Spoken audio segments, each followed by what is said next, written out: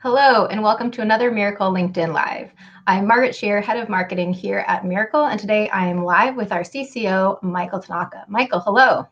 Hi there, Margaret. How are you? Very good, thank you. Thanks for joining us today. While Miracle delivers the login you love with an unrivaled login success rate of 99.93%, as compared to passwords alone at 90% at best. So what we're saying is that Miracle delivers the login you love with an unrivaled login success rate of 99.93% as compared to passwords alone at 90% at best. The login allows for flexibility to integrate into multiple points of your user flow. And today we want to walk through a few examples of passwordless user flows and customer journeys that our clients are adopting as best practice.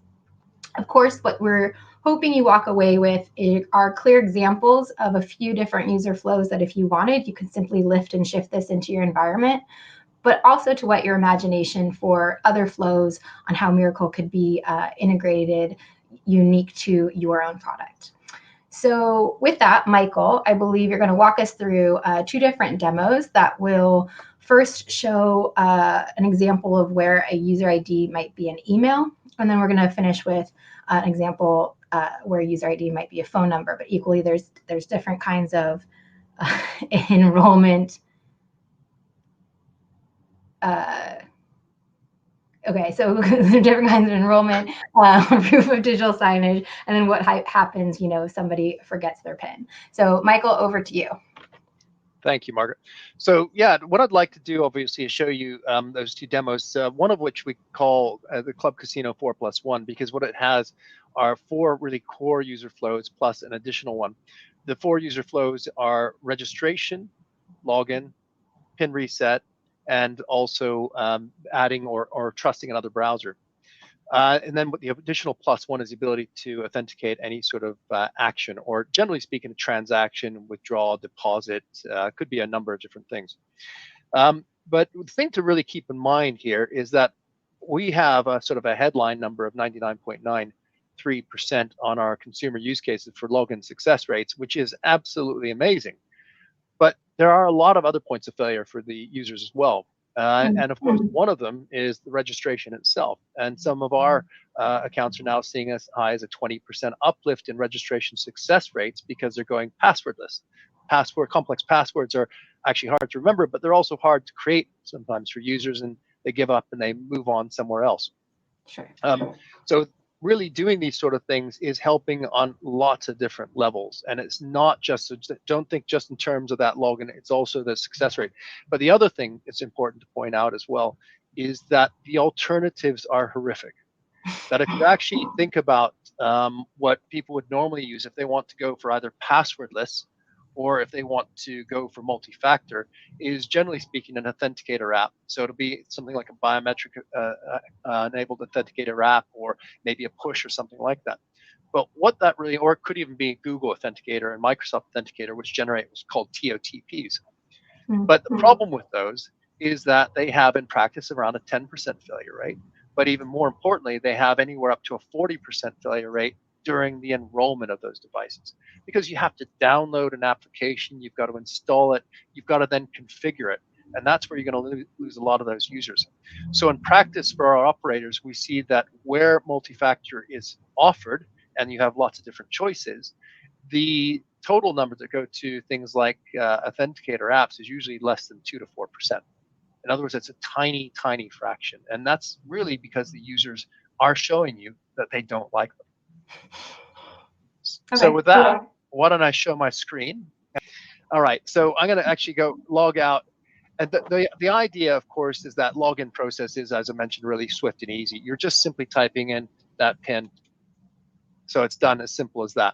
Now, Michael, can I just stop you there for a second? So in that very swift motion that we just saw, normally in what we're normally used to is this kind of password field that maybe you've had to go pull it from a password manager, you've had to remember whatever this complex, 8 digits or 6 digits, or characters and that kind of thing.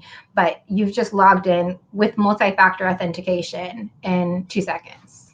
That is correct. Yeah, total of 2 seconds flat. And the question, of course, is why was it multi-factor authentication? Because a lot of people will see that and just think that's just too easy to be, Mm, secure authentication. And the reason why is because only the user can enter that PIN on their trusted device. What we've essentially done is we've enrolled that browser, and it's completely unknown to the user, but we've enrolled the browser and made it so only it can accept that PIN from that user. So what that means is you pass that criteria of having the possession factor being the browser, and also the knowledge factor being the PIN. And so that, of course, means that only that user can operate it. So what I'm going to do now is I'm just going to go into my account, and I'm just going to delete my account so I can take you through a really important user journey, and that is the idea of registering. mm, So in this case, the obviously the registration process could be absolutely anything you want, and it's really important to keep that in mind because, are you in a gray market? Are you in a regulated market? What does a regulated need or require? It could personally just be some of your product guys want something specific, or maybe your PSP is demanding a particular user flow or some sort of verification. And what's important to keep in mind is that we can support absolutely anything, and it is all seamless. In other words, the user will never actually see when Miracle's technology kicks in. They're all just going to see that as a part of your website. So here, if I go sign up, mhm. I've asked the obvious questions. What's my email here, phone, or first name, last name, date of birth, and I'm going to choose a PIN. Now, it's important to keep in mind here that, of course, this form is the operator's form. It's nothing Mm, to do with us. If the operator can choose whatever they want, and as mentioned, that really depending upon the negotiations with regulators and other organizations. And all that we require as Miracle is that we know what the ID is, in this case, an email address, and the PIN. In this case, the user chose it. And I, as a user, always choose 1245. And that's another interesting point. You know what my PIN is. It's 1245. I use it for everything. My ID is almost always demo@miracle.com. If you have that information, you cannot break into my account because, again, you don't possess my device. Here, what we're going to do now is we're just going to complete that registration process, and it takes a split second. So that was a single step registration of the user and a completely transparent, it was invisible mm. enrollment of the device. And of course, thereafter, when I then log in, I just simply have to type in my PIN and I'm straight back in again. So you can see that the chance that a user is going to drop out in that process where everything's done in a single step, as an example, is going to be really low. Now, one of the things you would have noticed, though, we didn't verify any information. Right. So you could have possibly had passive verification of the information against databases, but also we could have gone through some step of maybe doing an email verification, or maybe if we collected the phone number and SMS. In this case, we chose not to. So this would probably be an unverified account. You wouldn't allow them to do anything until you'd verified a bit of information. But what it means is you're going to get users in without failure and very, very rapidly, which is what you want to do because you want to expose them to all your fun Right. games and everything they're playing. Right, and that's the opportunity. You've spent a ton on marketing, driving people to your site, and then you've made it so clunky, and your conversions are going to be quite low. So this is an opportunity to increase your conversion with a very simple way. Get somebody into your ecosystem, having chosen their user ID, in this case an email, then you can equally start to expose them to different offers to get them playing, other kinds of marketing in that way. But the point is to get them in and registered quickly so that you can then, as you say, verify as you go. So we have another another way to you've registered, maybe you have verified yourself, and now you want to play a game. Can you walk us through the digital signage? Yeah. And this is another important feature. So this is the +1 and 4+1 because what it's allowing the operator to do is to request the user to re-authenticate in any sort of critical actions. Those critical actions would typically be things like a withdrawal or a deposit. And obviously, you want to fight things like chargebacks and other disputes. But it could also be when there's some sort of critical change to the account. As an example, they're changing their personal information, their phone number, or maybe their address, because oftentimes that could actually be the precursor to an attack on the account, especially if it's not an authorized person doing that. So getting that user to re-authenticate is quite an important thing. The problem, though, is that in general, no operator wants to get a user to re-authenticate because re-authentication is normally such a poor experience. Whereas in our situation here, if let's say I'm buying into a game, I'm putting in a big stake on a risk basis, I want to re-authenticate that, all the user has to do is type in the PIN, the same PIN that they use to actually authenticate or log into the site. So we're finding in practice that that's actually hitting those 99.99+% levels of success. In other words, pretty much no drop off at all. And in addition to re-authenticating the user, we also create a digital signature which proves irrefutably and immutably that the user on this device authentic or action that this transaction here. And as I mentioned, it could also be for other sort of things. So you might actually have something like a withdrawal, in which case, the user might be again requested to re-authenticate, of course, proving that it's a user, but also allowing us to build that signature against that withdrawal. So that again will help any sort of dispute against any disputes and things. Are there other applications that you would want to re-authenticate throughout? So you've mentioned withdrawals, buying into other games. Um, Yeah, absolutely. So fraud buying the games again, changing your personal information is another one. But it's really at any point where there's a critical action, you can re-authenticate. And again, if you had to do this using SMS, OTPs, or passcodes, or even typing in your password again, you'll find there'd be a lot of resistance from the users and actually a lot of failure. Whereas we're having 99.99, pretty much 100% success rates at this sort of point. Amazing. So we I've seen a recent study that said 10% of Brits have to reset a password every single day. This is obviously a passwordless solution, and remembering 4 digits is typically easier than messy passwords, but occasionally you forget your PIN. And so while you breezily did a PIN reset at the top of this demo, could you now walk us through this specific verification flow? Yeah. So the important thing to keep in mind again, and we're going to say this a bunch of times during this demonstration, is that the operator can build in whatever user journeys they want. And what that also means in the case of something like a PIN reset, which you can read as a password reset, is that you can keep exactly the same flow. So if you're typically using an email verification or maybe some questions to the user before an email or an SMS passcode or whatever it is, whatever you use, you can use exactly that same thing. The only change is that when the user completes that verification correctly, that they're instead of dropping into a password reset page, they're dropping into a point where they can choose a new PIN. So doing that right now, if I hit I forgot my PIN, what we're doing in this case is we're sending an email to the user with a passcode.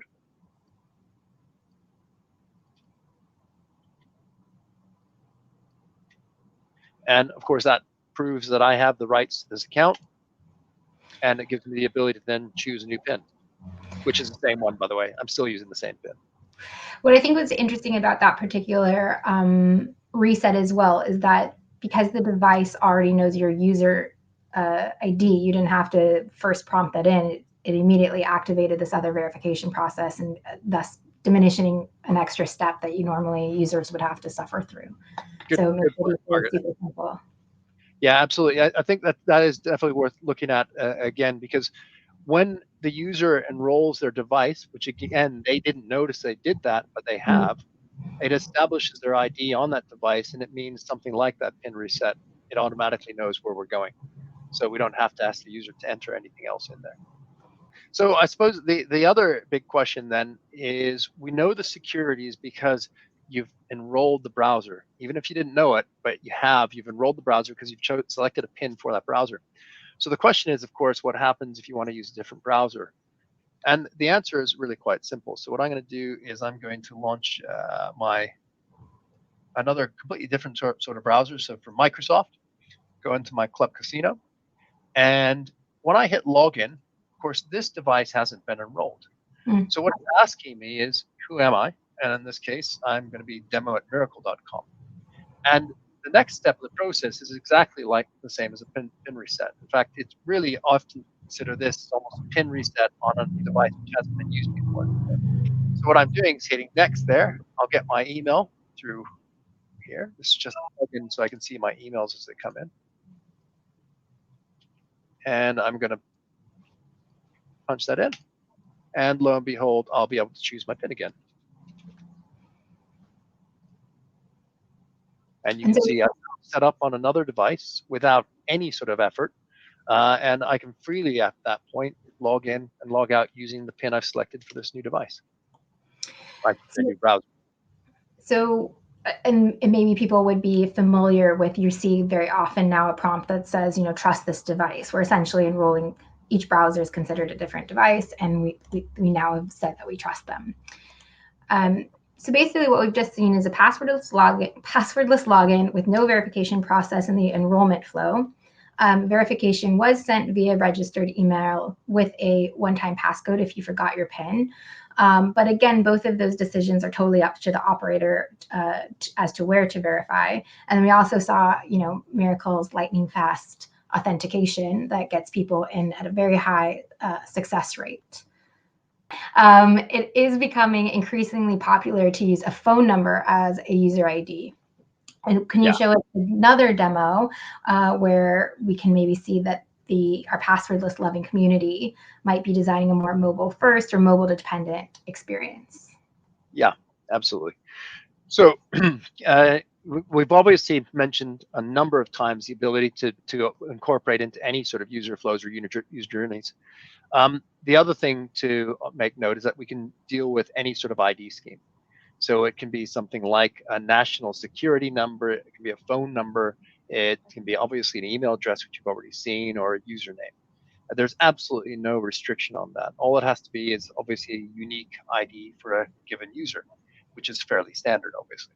So what we're going to do now is I'm going to launch a new demo called Lottery Land, and I'm going to turn on my phone here. So this one follows a very, very linear flow. And the idea of this was to basically ensure that the user really has no choice, because often when you give users choices, they make the bad decision on what they should do next. So there's only one big button to actually hit, and that's login. At this point, I'm prompted to enter in my phone number. Now, if the account already exists, then it will take it straight through to a verification of that number and allow the user to then choose a PIN. If it doesn't exist, this happens, the user is asked to register. So I put in the information I'm asked to put in. And again, keep in mind, this is not our form. This is the operator's form. So it can have any information. You can make it a 1-step, a 10-step process, whatever you'd like. And I hit next. Now I'm asked to type in an OTP, which I'm going to receive on my phone.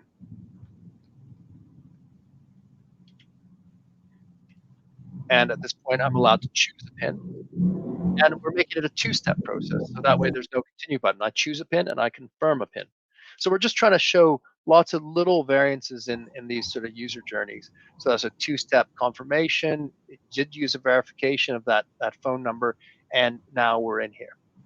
So you can sort of see my account and so on. It's all sort of set up. Now, when I log out, of course, and I hit login, I'm no longer asked to put in my phone number. I'm just asked to put in my PIN for my phone number as the ID. And Michael, with this, so that obviously is very fast. And, I know you like to say, as long as your service is up and running, therefore our service is up and running. If you want to. Yeah, that's an important point, because one of the big reasons you get these high failure rates, especially when you use secondary devices, such as authenticator apps, is because, first of all, you're now dependent on a secondary device, and that device has to be operational, has to be connected. And I mean, as an example, a phone, even if you're receiving something like an SMS message, it has to have power, it has to have cellular network, and so on and so forth. So if you're using that to log in every time, then obviously you're going to have a problem when it's off the network, or if it's turned, it doesn't have any power, or maybe somebody just left it in their car or something like that. Mm. The other important thing is that for the when you then look at how we deploy these technologies, and we can do exactly the same for native apps, we can embed our protocols, our technology within the native app. So that means that when you're using that native app, you're basically just calling on our technology in a seamless way again. And so if your native app is powered up in its connection, our system will work. Likewise, on the website, that's where it really makes a big difference, because in this case, almost every other solution out there would require that secondary device. We're delivering this as a rendered technology in the browser, in your web service itself, meaning that as long as your service is up and running, ours will be up and running. So we like to make the claim of 100% of devices, 100% of users, 100% of the time. And I can guarantee that no other technology out there can get close to that. Brilliant. Are there other parts of lottery land that we should poke around, or we've we've allowed? I could show you. I mean, the obviously a pin reset is going to be pretty, obvious. You're basically just doing another OTP. But if I'm launching another incognito window, and again, this can represent a new device I want to log into. Here I'm asked for my phone number again, but this time when I put it in, of course, I don't have to enter in my registration details. I've already got an account. So now all I'm doing is doing that. Now think about this from a user's perspective.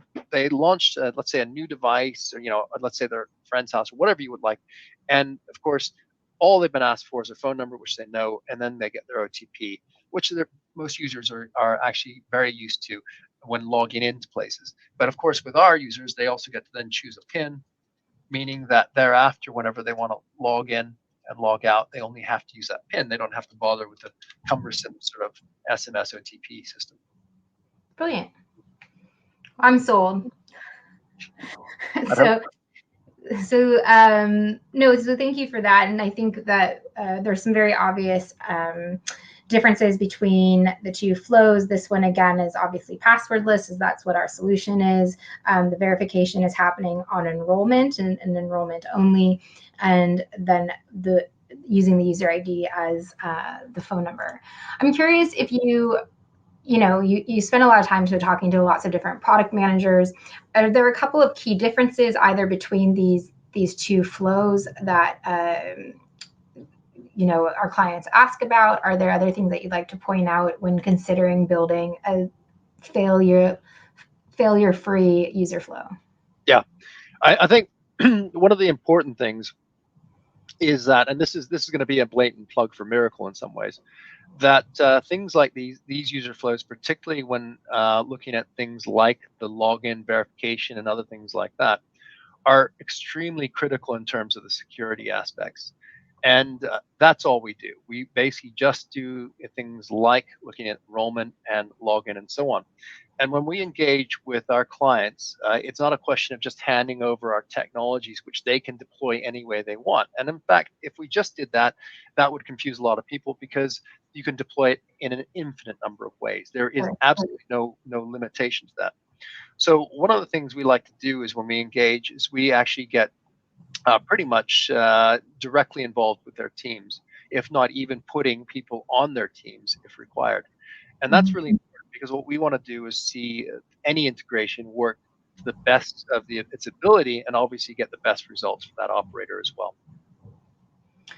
And biometrics is on the rise. Neither of these did show an enrollment through biometrics, but we'd like to reiterate that you could. Oh, absolutely. I mean, there's no problem with biometrics at all. In fact, in the phone, we even have a native app here which can use the biometrics. So this is our Club Casino, but this is the native app. We can use the regular PIN to authenticate the user. Or if I log out again, what I can do is I can opt for the bio. Unfortunately, my operating system then blanks my screen, but you can see in front of my face, it's just asking me for my fingerprint. And we can also do that as well. So the nice part about this as well is that means, so one of the big problems that, let's say as an example, large operators in the States have, is there is a different regulatory body for each state. They all have different requirements. And some states, such as New Jersey, and it looks to be Massachusetts coming up, and also Pennsylvania, require multi-factor on all authentications. Now, the problem with that is that at least New Jersey doesn't actually think a local bio would qualify as multi-factor, and it shouldn't, for that matter. So what we can offer are the technologies for those operators to deploy a single solution, which allows the users to use a very low friction multi-factor when they want, or a biometric when they want, or when required or disallowed by the regulator. In other words, you don't have to worry about lots of different solutions. A single solution can cover you for all 25 odd states that have some sort of policies in place. So you've been able to streamline, you've been able to meet regulation, and you've been able to, if required in particular states, also give an option to the 19 to 20% of your users who refuse to use biometrics and may prefer a PIN over the biometric solution, and on where you'd like to push that. Yeah.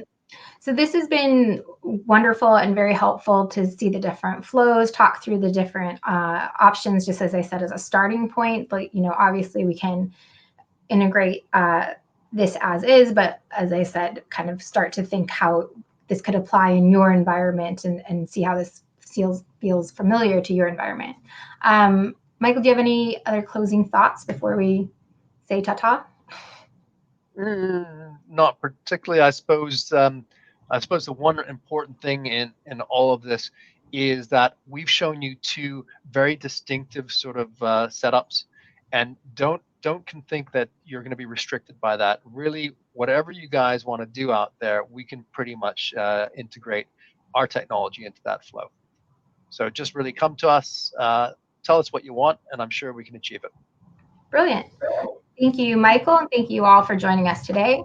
MIRACL is truly the login you love, and the login that we believe makes you money. If you get more people through the front door, there's more opportunity for them to take part in your great games and environment that you're building out there. These are simple and straightforward, but hopefully if our audience is feeling a bit inspired themselves, please feel free to reach out to Michael or myself via LinkedIn, or email info@miracle.com for more information. You can visit us at miracle.com, and you can book a demo, discuss how MIRACL can integrate into your unique customer journey. Thank you very much. Have a good day. All right. Cheers. Thank you. Bye-bye.